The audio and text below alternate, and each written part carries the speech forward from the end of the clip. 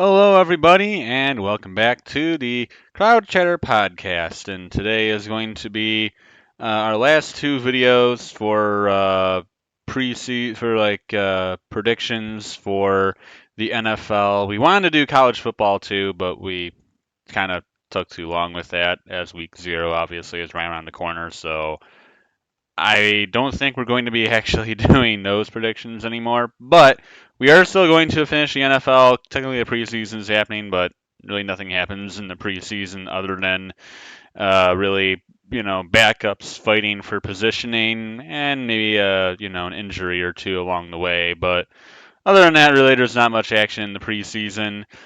So we'll start with the NFC West. Of course, all the other divisions we've already done videos for those. You want to check those out? You can go ahead and check out our NFL playlist. They'll all be on there. Um, so here we start with the NFC West here, and our first team is the San Fran 49ers. We go over their schedule, which has them starting on the road against the Pittsburgh Steelers and LA Rams. Then they have a 3-game homestand against the New York Giants, Arizona Cardinals, and Dallas Cowboys.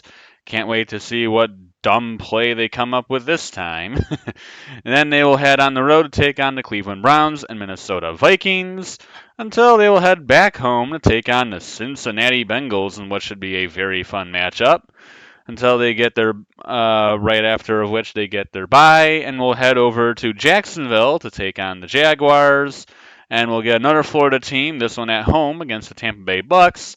2 games against the Seattle Seahawks, first on the road and then at home with a Philadelphia Eagle game on the road, sandwiched in between. A brutal stretch right there.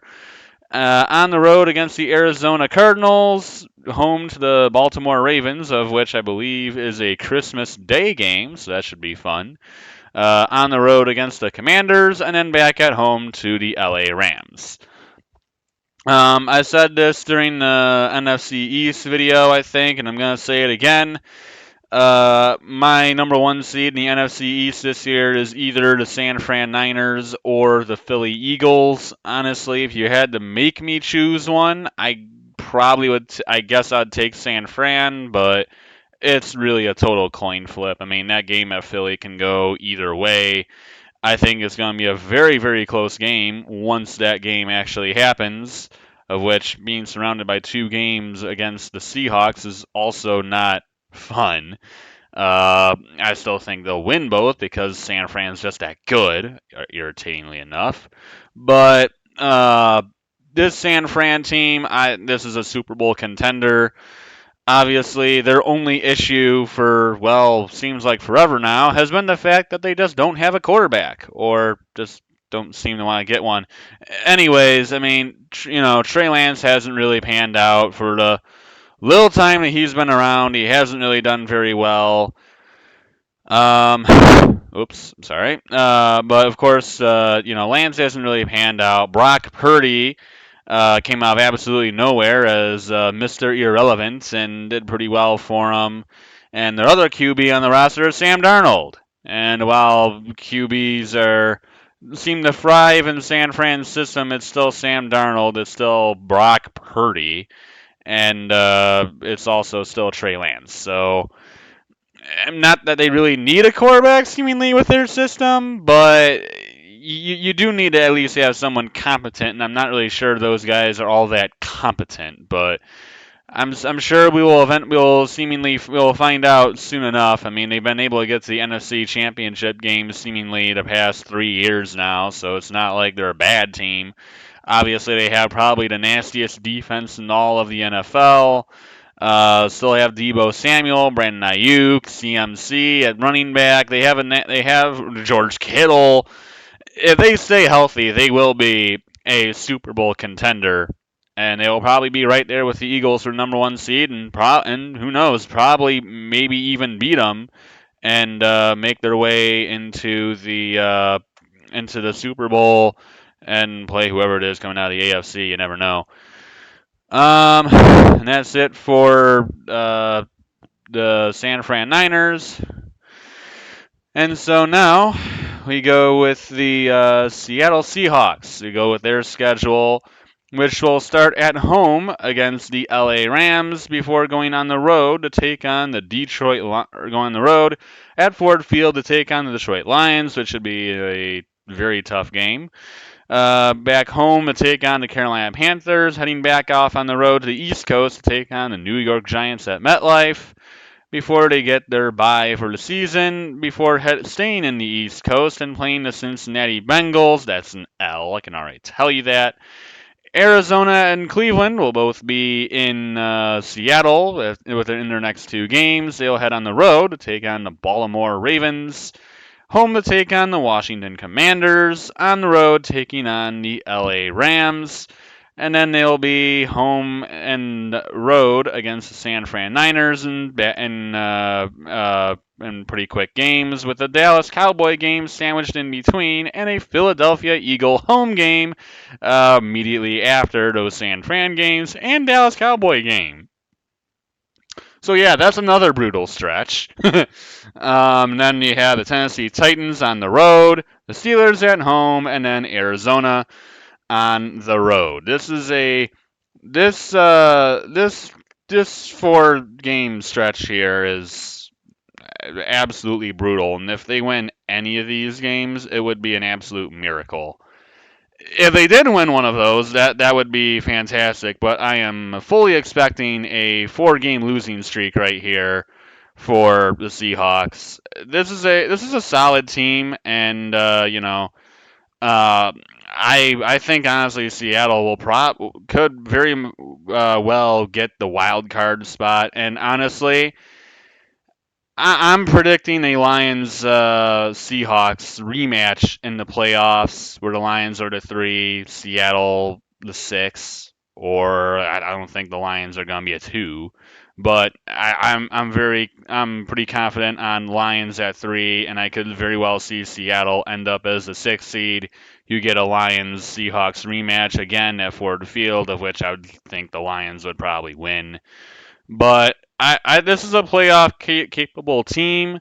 Um, Obviously, without winning these 4 games right here, they're going to have to get 1 or 2 probably from up here. And their best chances of really winning games up here that maybe are kind of coin flips are probably the Giants and the Lions. And assuming they win one of those, they would end up probably 10-7, which for the NFC is probably more than enough to get to the playoffs. As I don't really think, other than really, I mean, the Giants are a playoff team, the Bears are a playoff team, Seattle's a playoff team. Dallas is going to make it. Lions are going to make it. Obviously the Niners and Eagles are going to make it. And then you got the division winner from the NFC South. And really, other than that, there's not really a team that's going to compete for a wild card spot. So that really just leaves the Giants, the Seahawks, and the Bears to fight for the last 2 spots. And I think a 10-7 record will be good enough to at least get one of those last 2 at 6-7. But yeah, I think Seattle's a solid team. Of course, we're gonna really figure out that Geno Smith is really it, which that came out of absolutely nowhere last year. But I think this is kind of similar to San Fran away. I mean, Geno Smith doesn't have to be dominant. He just has to be. I mean, he had a Pro Bowl year last year.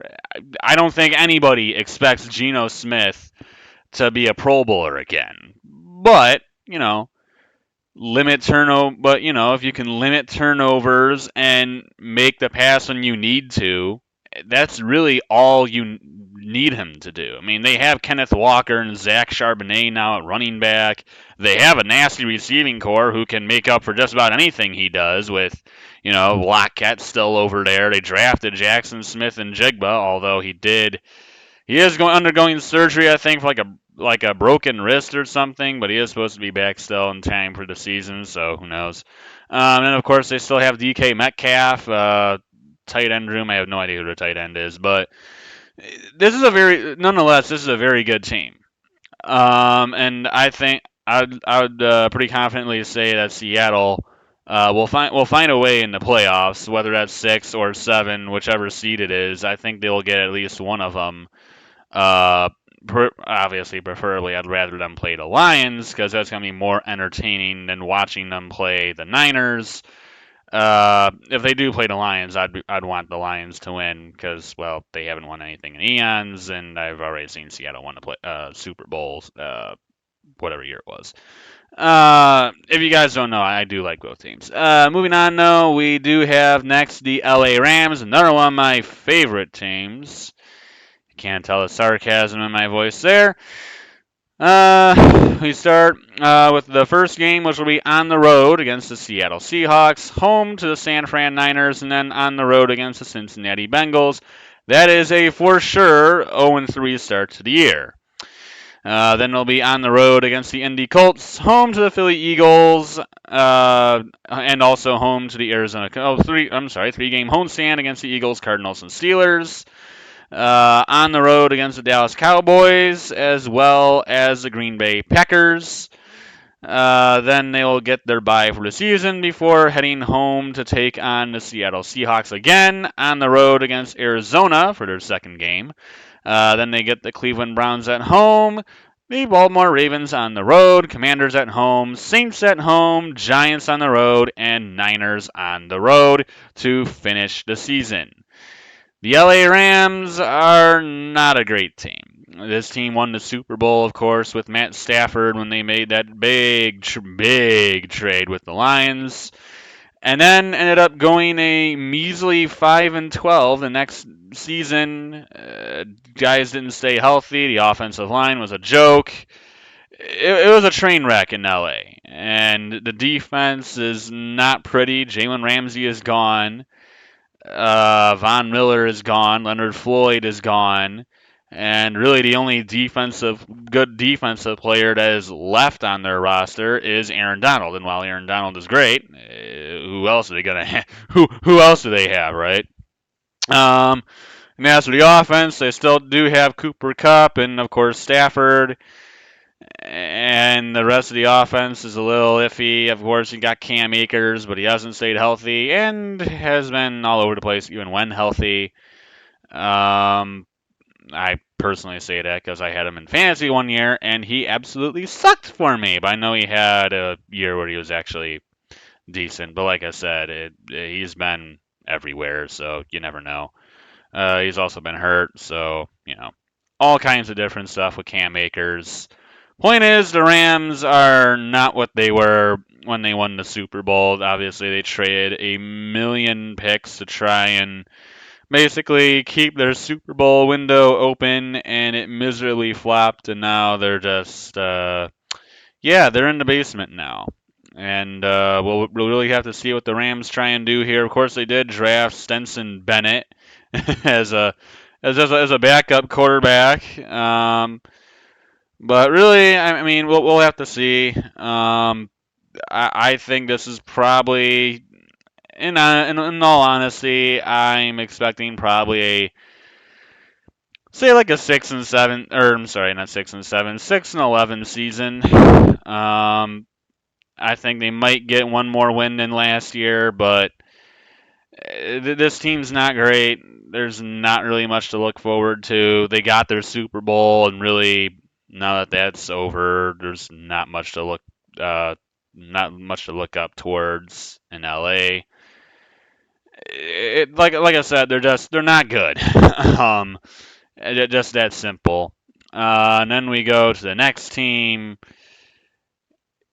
Yeah, there's only one team left in this division, so I'm just going to go over the schedule, and I'm not going to spend much time on this team. So first we have on the road, this is the Arizona Cardinals, if you can't figure that out. On the road, first they have the Washington Commanders, home to the New York Football Giants and Dallas Cowboys. On the road against the San Fran 49ers, home to the Cincinnati Bengals, on the road against the LA Rams, on the road against the Seattle Seahawks, and then they'll be back home against the Baltimore Ravens, on the road against the Browns, at home against the Falcons, on the road against the Texans, back home to the Rams, on the road against the Steelers, kind of back and forth it seems. Then they'll get their bye for the year before they go back home to take on the San Fran Niners for a second time, on the road against the Bears and Eagles, and then finish the year home to the Seattle Seahawks. Arizona would be lucky to win a game this year. And really, I think their best chances of winning a game this year are probably these two games right here. Houston obviously is very bad, the Falcons aren't great. The Browns are not very good either, but it is a road game, so I don't really expect too much from that one. The LA Rams are pretty bad too, but uh, whoops, wrong way. Washington's not that great of a team either, but this Arizona team, it's just so crazy to me how they went from being a promising NFL team with a young quarterback who looked really good. Kyler Murray was looking absolutely fantastic. He looked like he could be a really good, he could be a franchise QB for the Arizona Cardinals. And now of course he's got and then all of a sudden he all of a sudden just kind of started to fall apart, and obviously people question more so whether he cares more about Call of Duty than he does actually the NFL. But um, obviously it's not been good for Arizona. They also, of course, have James Conner. Wide receiver room, Hopkins is gone. Now it's Marquise Brown, who's the number one receiver. They do still have Zach Ertz on the roster as their tight end.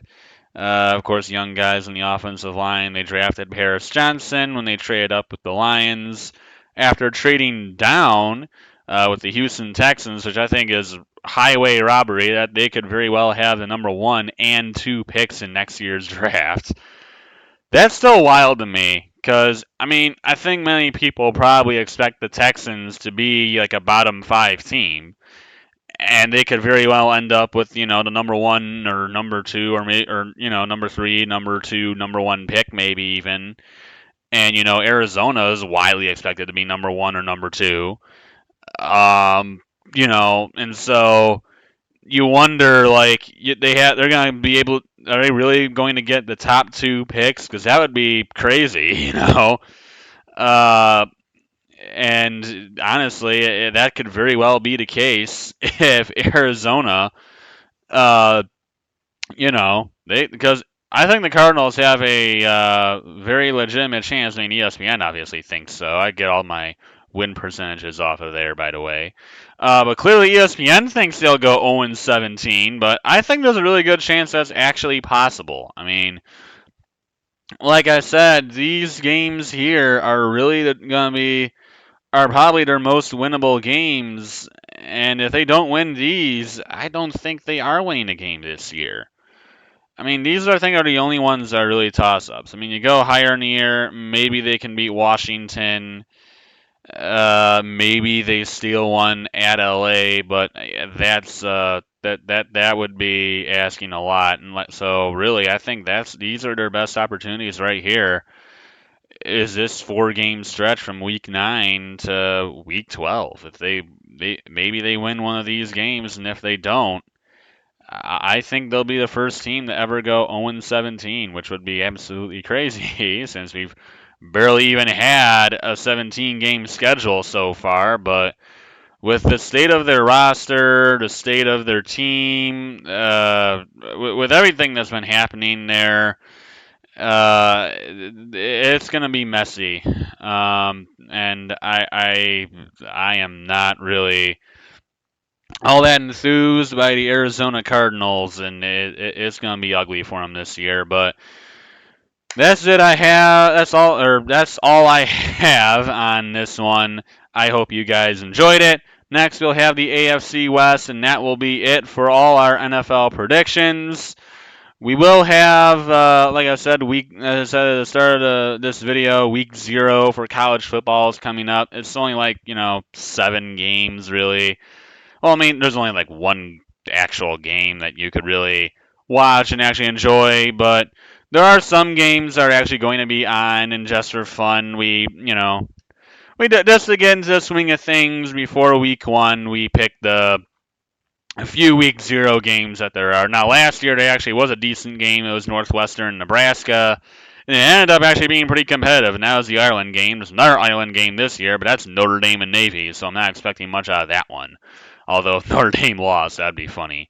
Uh, but that's it for this video. Until next time, adios, everyone.